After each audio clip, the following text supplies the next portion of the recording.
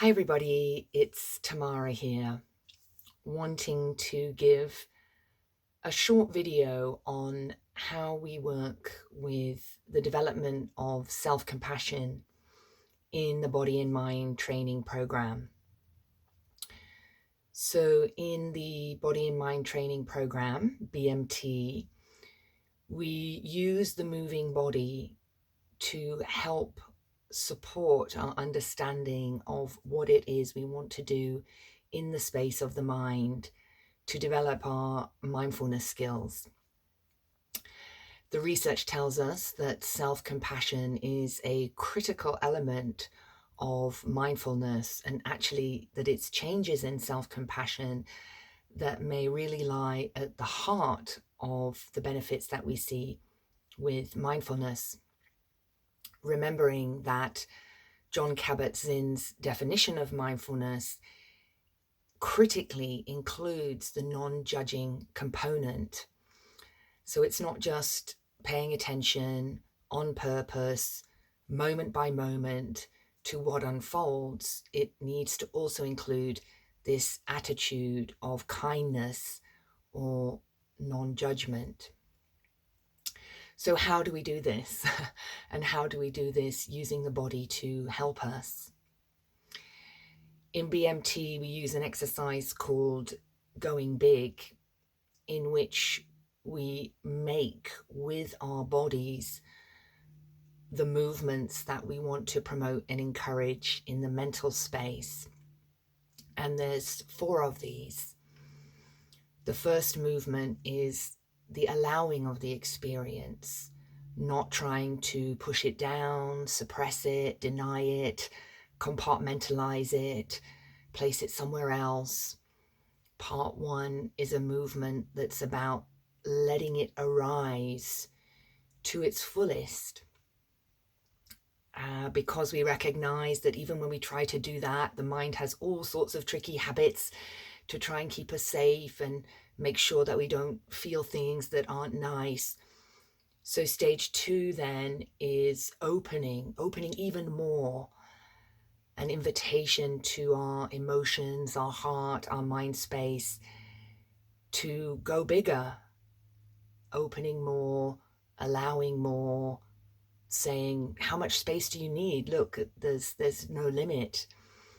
And even though our physical body movements may have a limit about how much we can open our arms, for example, the space of the mind doesn't have these restrictions. So we open our arms as widely and as fully as is physically possible to remind and support our brain to do the same.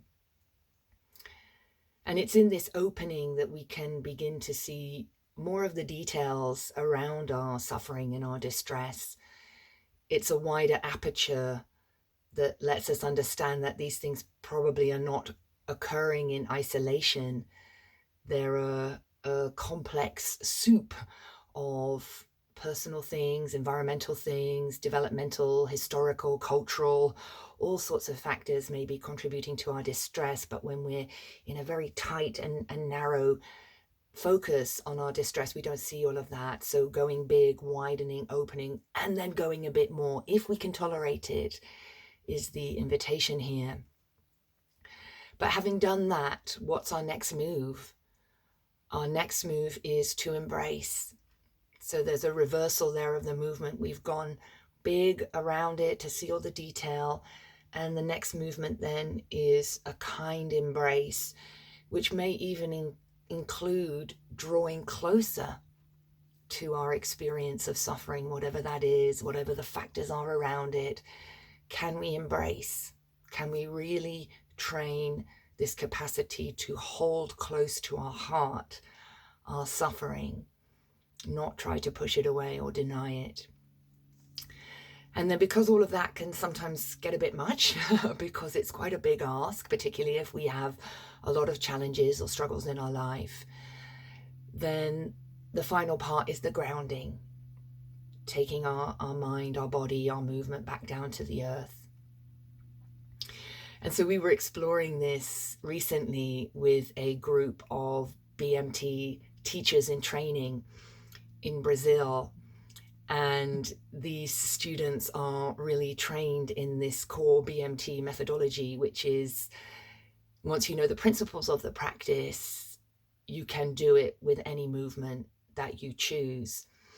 So while there is a specific going big practice that I do recommend, we challenge the students to find other ways to use their body, their mind, their heart, to creatively offer a practice that has the same principles underpinning it, but wasn't necessarily using the arms in the way that we traditionally do in BMT. And I'm pleased to say that the deep, immersive creativity and embodiment practices of this group of students served them well, because they came up with some fantastic alternatives, things that we might consider if we were offering going big as a practice to somebody that had limited physical movement, for example, or who wasn't able to move their arms because of pain or some other reason. So it really warmed my heart to see the application of these mindfulness principles in this developing teacher training community.